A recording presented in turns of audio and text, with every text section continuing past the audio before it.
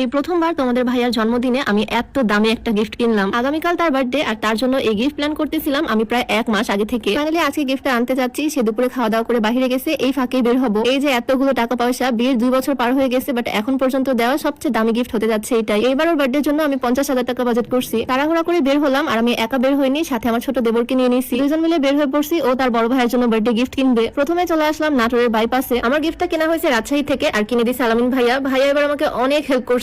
আলামিন ভাইয়া নিজে এই গিফটটা কিনে তার ছোট ভাইকে দিয়ে পাঠিয়ে দিছে। তোমরা অনেকে আসলে ভাবতে পারো গিফটটা কি। গিফটটা হচ্ছে অ্যাপল ওয়াচ। এই জিনিসটা তোমাদের ভাইয়ার অনেক দিনের শখ ছিল, আর আমাদের নাটোরে অ্যাপলের কোনো শোরুমও নাই, অ্যাপলের কোনো প্রোডাক্ট পাওয়া যায় না। তাই ভাইয়ার হেল্প নিয়ে আমি এই জিনিসটা কিনে ফেললাম। প্রায় 1 মাস ধরে আমি প্ল্যান করতেছিলাম তার বার্থডেতে আমি এবার অ্যাপল ওয়াচ গিফট করব। গিফট নেওয়া তো হয়ে গেল, বাট শুধু গিফট নিলে হবে না। আজকে রাত 12টায় ওকে সারপ্রাইজ দিব, তাই আরো অনেক কিছু কেনাকাটা বাকি অ্যারেঞ্জমেন্টের জন্য। চলে আসলাম বাজারে। প্রথমে চলে আসলাম কেকের দোকানে। ছোটখাটোর মধ্যে একটা কিউট দেখে পিঙ্ক কালার কেক নিয়ে নিলাম, আর উপরে লিখে নিলাম হ্যাপি বার্থডে। আজ রাত 12টার জন্য আমিও অনেক বেশি এক্সাইটেড, কারণ ওকে গিফট দিব, সারপ্রাইজ দিব। ছোট্ট একটা কেক নিলাম, সাথে স্পার্কল ক্যান্ডেল আর যা যা লাগে সবকিছু নিয়ে নিলাম। গিফটের জিনিস এইভাবে দিলে তো মানায় না, তাই সুন্দরভাবে র্যাপিং করতে চলে আসলাম। ডেকোরেশনের জন্য হ্যাপি বার্থডে লেখা বেলুন, বিভিন্ন কালারফুল বেলুন সবকিছু নিয়ে নিলাম। আর এদিকে সেই এক্সপেন্সিভ গিফট, যেটা এখন সুন্দর করে র্যাপিং পেপার দিয়ে র্যাপ করে দেওয়া হবে। আমি জানি তোমাদের ভাইয়া গিফটটা পেলে অনেক বেশি খুশি হবে, কারণ এই অ্যাপল ওয়াচটা ও অনেকদিন ধরে নিতে চাচ্ছিল, আর ফাইনালি ওর বার্থডেতে আমি এটা ওকে গিফট করবো। আজ রাত 12টায় আমরা সবাই মিলে ওকে সারপ্রাইজ দিব, আর অনেক গিফট পাবে। আমি তাড়াহুড়ার মধ্যে সবকিছু কেনাকাটা করতেছি। এই খেলনার দোকানে এসে ছোট্ট এই পুকপুক করা পেঙ্গুইনটা পছন্দ হয়ে গেল। এটা আমার ননদের জন্য নিলাম। আমার কাজ মোটামুটি কমপ্লিট। এদিকে আমার ছোট দেবরও গিফট কিনতেছে, তার বড় ভাইকে আজকে সে বার্থডে গিফট দিবে, উইশ করবে। একটা পারফিউম আমি পছন্দ করে দিলাম। ও কিন্তু আমাদের ফ্যামিলি মেম্বার, সবসময় আমরা একসাথেই থাকি। ও আমার ভিডিওতে অনেক বেশি হেল্প করে। ওর গিফটটাও সুন্দরভাবে র্যাপ করে নিল।